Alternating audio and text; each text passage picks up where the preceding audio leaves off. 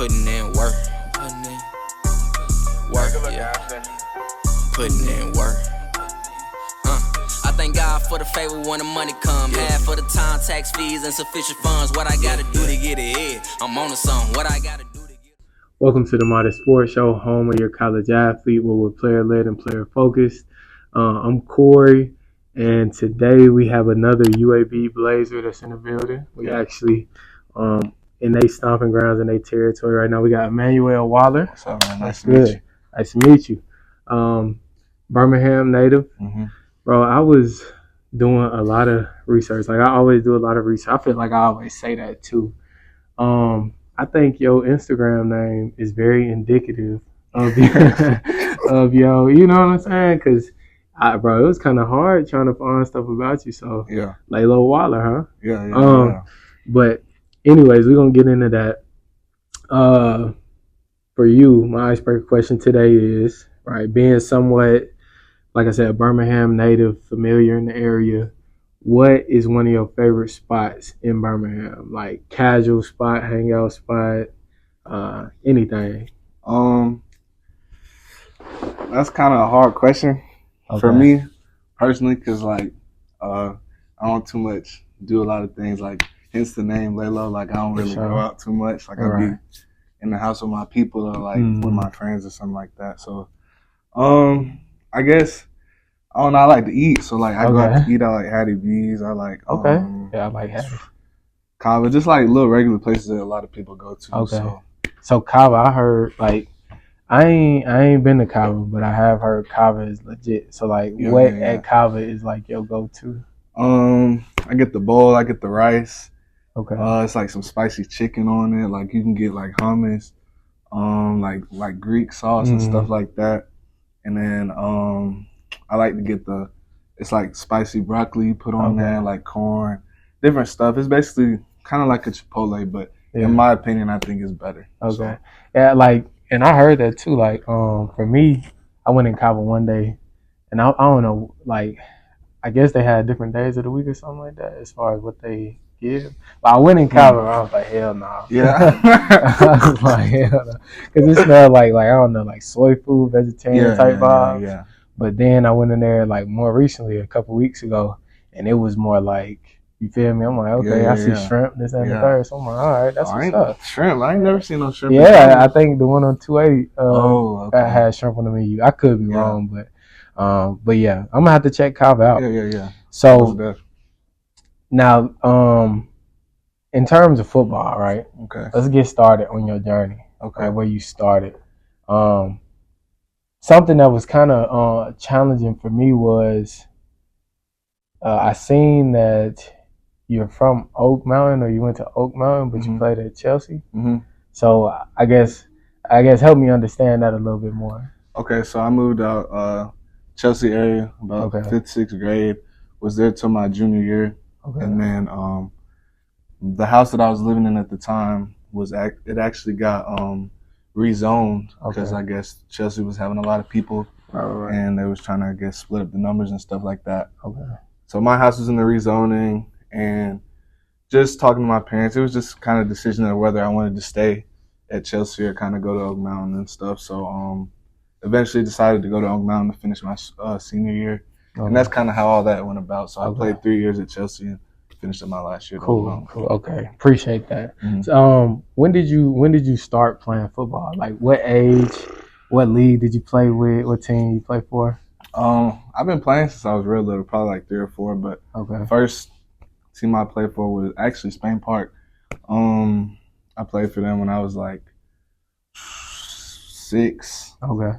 So padded football, helmets, all that. I used to play running back. Okay. Yeah. So. All right. So, I mean, I guess at what age or when did you start to see, like, I guess when did you get that drive? Like, nah, football is what I want to continue to do. Was it young? Was it middle school? It was middle school. I'd say probably 8th grade. After 8th grade year, that's when I started to take it real serious. Like, I would walk from my middle school to a field up the street and just do drills and stuff all the time with one of my homeboys at the time, and we would just do that. and then I made varsity freshman year, and then it was just it was up from there. Yeah, bro, we played Chelsea my senior year in high school because I went to Clan. I'm from Chin County. Yeah, so we played Chelsea. I feel like us at the time, Chelsea.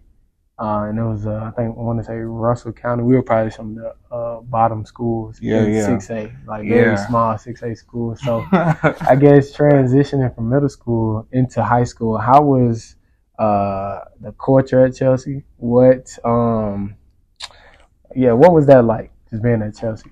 I had some good times at Chelsea. Obviously, like you said, we were more of a bottom of the 6A type school. I know the culture within the coaching staff and stuff like that is like they cared about football, but like as a community, it wasn't like a big thing like schools like Thompson and stuff like that. Like, and it's growing now; it's gotten better. But at the time when I was there, that's kind of the vibe that I received. Yeah. So yeah.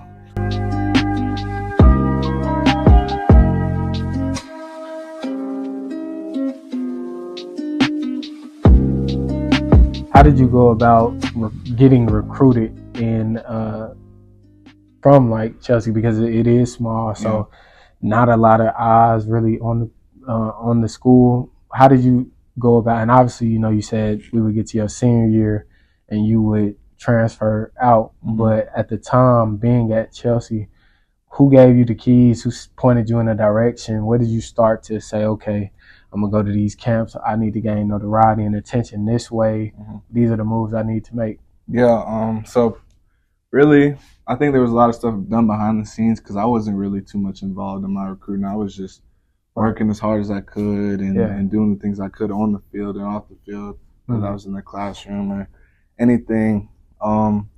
Really, I think my head coach at the time, Coach Dustin Goodwin, was pushing me to some local schools, and UAB was actually my first offer after my sophomore year. So after that, I had some other schools start to talk to me, and it just kind of went from there. But I personally didn't really go to too many camps and stuff like that. I can only remember going to probably two camps. So yeah, I wasn't really a big camp guy or anything. It was more so strictly off of high school film and stuff. That's like impressive too, because when I went and tried to because I always like with football players, because football is my niche. Like I like to go back and watch film, you know what I'm saying, kind of see what type of football player you were. But I only seen for you, I only seen sophomore highlights. I didn't even see junior and senior highlights. So did you make them, or was it just kind of were you just making your moves behind the scenes? So I made them, but it was sophomore year we had Huddle, then we transitioned to a smaller platform, I guess. I think it was a cheaper platform at the time. So it was just a lot of coaches couldn't see it unless I sent it to them. Right. So I guess it kind of was more behind the scenes, but my senior film was on Huddle and stuff like that. But by that time I had already solidified. Cool. Yeah. Now, you mentioned your coach, UAB was one of your first offers. I imagine at the time it was a different staff when you got that first offer. Yeah. And so, even in spite of that though, I'll say when I went and looked at your 24/7 account, I was kind of you had some very good offers. It was just kind of sporadic though. It was kind of unorthodox. And so what I mean, in a sense, you had Arkansas State, you had, this is what I seen, West Virginia, and then you a bigger school like BYU and stuff. So it was kind of sporadic. For you, at the time when you were getting those offers, it didn't seem like it was coming from just all Power 5 or all mid-major. How was that process for you receiving those offers, talking with coaches at different levels? What were some of the, I guess, differences?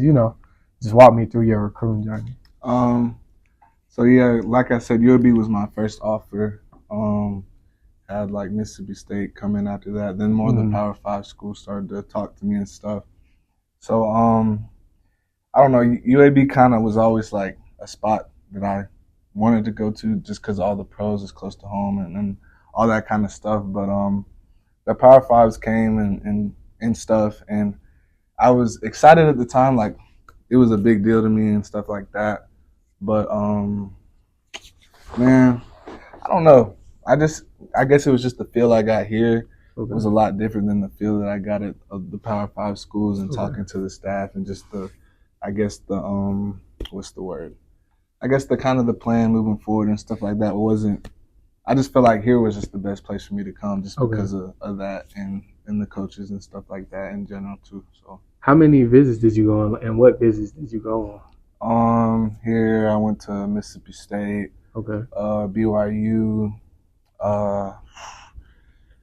That was it. I kind of canceled my other visits. My recruiting process was kind of crazy. Yeah. So I committed to BYU first back in March of 2022. And then I ended up decommitting in June.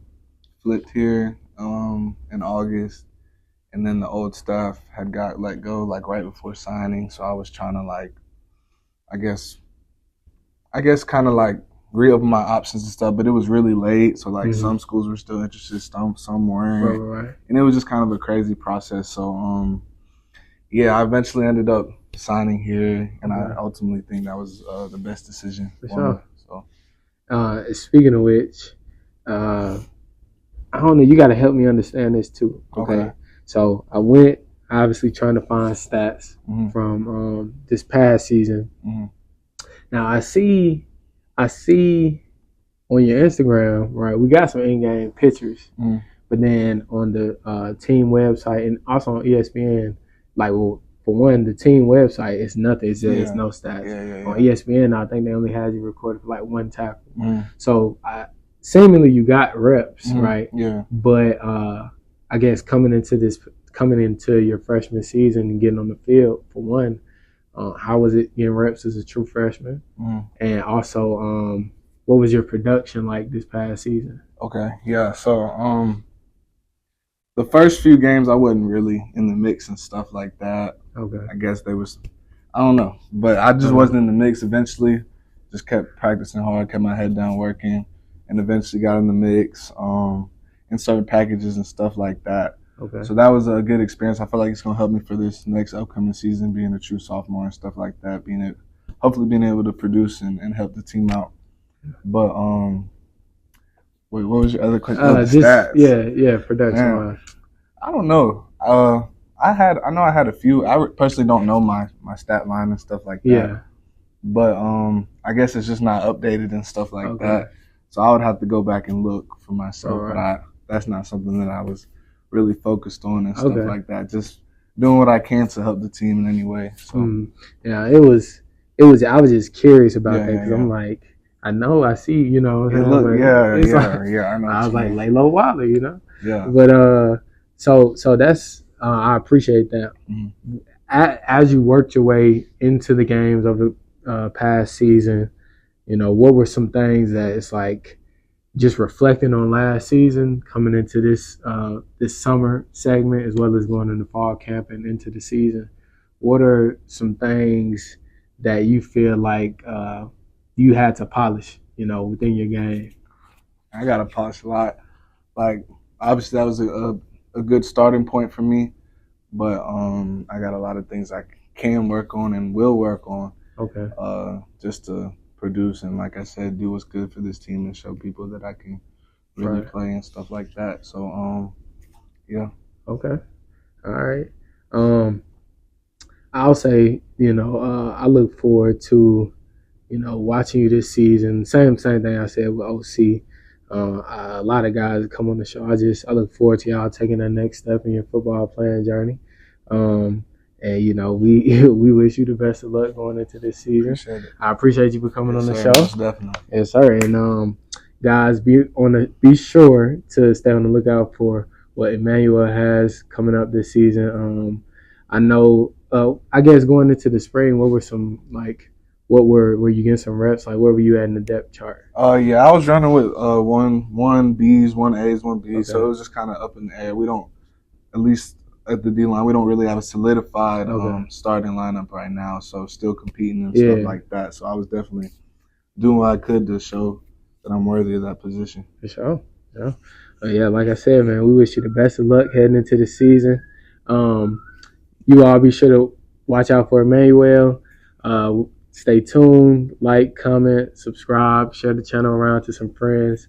And my last question, I said I'm going to start doing this on each show going forward. right? Just to continue to build the show up. Who is somebody, right? Not at this school. Who is somebody at another school that you could get or help me get on the show? Oof. Oh. And we're going to reach out to him. We're going to throw him in there. We're going to say, Emmanuel, hey. Dang. That's kind of on the spot question. Shoot, let me think.